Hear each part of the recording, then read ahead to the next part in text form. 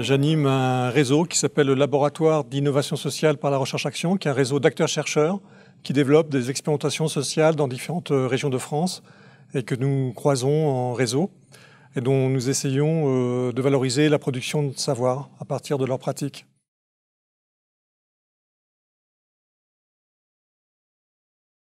La notion de tiers-espace, d'ailleurs, au départ, m'a été inspirée par une lecture du tiers paysage de Gilles Clément, qui raconte comment justement se crée une biodiversité par des formes de délaissement ou des effets de bordure entre différents territoires, et que cette non-emprise sur le territoire était justement quelque chose qui favorisait l'échange et la biodiversité, et ce qui rejoint notre préoccupation justement de s'intéresser aux territoires délaissés ou des territoires sans emprise. Alors ça peut être les territoires ruraux, ça peut être les friches industrielles, les quartiers populaires. Et en quoi, finalement, ces territoires qu'on appelle marginaux représentent au contraire une richesse, et non seulement une richesse, mais peut être porteur d'alternatives. Après, la notion de tiers implique aussi la notion d'intermédiaire entre justement différentes formes d'organisation sociale, entre autres la sphère privée, la sphère publique, ou l'économie privée et l'économie publique. Et donc repose aussi la question très actuelle des communs, et comment effectivement s'organise une gestion collective du territoire à partir de ses ressources, et comment sont redistribuées ces ressources sur le territoire. Nous, on fonctionne beaucoup en réseau, donc on a une plateforme internet qui s'appelle rechercheaction.fr. Donc là, il y a tous les contacts, et on invite d'ailleurs tous les gens qui développent une recherche. On a loué donc un petit serveur qui permet d'héberger en fait les démarches, donc pour publiciser justement les démarches, que ce soit des démarches individuelles, professionnelles, collectives, et donc mettre en croisement justement ces dynamiques de recherche-action.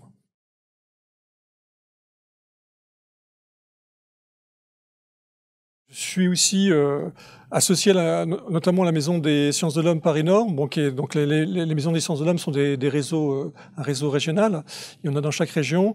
Et l'idée, là aussi, pour notre laboratoire social, qui n'est pas universitaire en tant que tel, puisqu'il part effectivement de ce travail de valorisation du savoir à partir des pratiques, et de créer une interface justement avec les pôles universitaires pour essayer de développer des recherches collaboratives, donc avec les différentes disciplines universitaires et au croisement de programmes de recherche qui préoccupent les acteurs. Donc c'est une manière aussi de croiser le savoir dit académique avec le savoir des pratiques et d'autres savoirs socio-professionnels qui sont celui des techniciens et qui se croisent rarement, ou quand ils se croisent, c'est rarement de manière égalitaire, dans un échange égalitaire, quoi.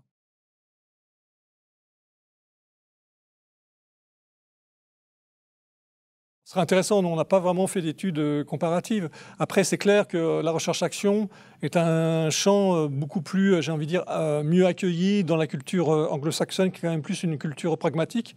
Donc il va partir justement des pratiques avant de théoriser, et non le contraire, théoriser pour ensuite poser des hypothèses sur les territoires. Donc on part d'une démarche inductive qui part du bas vers le haut, et non pas déductive qui part du haut vers le bas. Donc c'est vrai qu'il y a des cultures qui sont plus favorables, qui sont moins dans cette séparation entre le pratique et l'intellectuel, etc., qu'en France, quoi.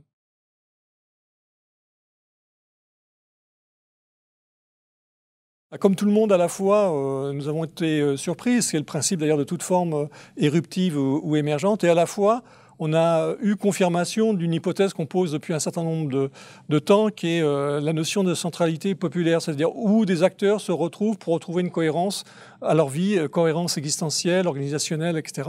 Et donc là, c'est des gens qui sortent, qui n'étaient pas obligatoirement des militants, qui n'étaient pas obligatoirement des syndiqués, qui n'étaient pas obligatoirement des chercheurs ou des analystes de la société, qui à un moment donné trouvent besoin de se regrouper sur des points de convergence. Et là, en l'occurrence, c'était les ronds-points. Mais ce qu'aurait pu être, à une autre époque, jouer le rôle, par exemple, des maisons du peuple ou des bourses du travail, qui étaient des lieux de croisement et de réflexion à partir de sa pratique. Peut-être justement parce que ces lieux n'existent plus, là, ils les recréent. Et du coup, ils réapprennent, voilà, sans obligatoirement de transmission directe avec les corps intermédiaires, ceux de l'éducation populaire, des politiques, des syndicats, et reconstruisent un savoir pour analyser leur situation. Et je trouve ça, à ce niveau-là, très intéressant comme forme. Mais ils ont compris qu'aujourd'hui, la nouvelle économie était l'économie des flux, et qui est donc une économie qui justement les mettait quelque part en position de dominer.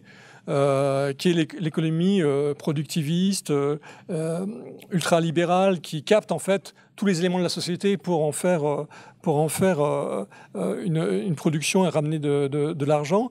Et comment bloquer effectivement ces flux? Le rond-point est le lieu de croisement de ces flux. Donc ça pose vraiment une interrogation aussi quasi philosophique de effectivement comment échapper ou être en déprise par rapport à ces formes économiques et concevoir une manière de vivre autrement, ce qui aussi renvoie à la question de l'éco-développement et de l'écologie, puisque c'est aussi des conséquences de la catastrophe actuelle, évidemment, qui nous mène tout droit dans le mur. Donc là aussi, il n'y a pas opposition, comme il était fois mis entre l'exigence sociale, la fin du mois et la fin du monde, quoi.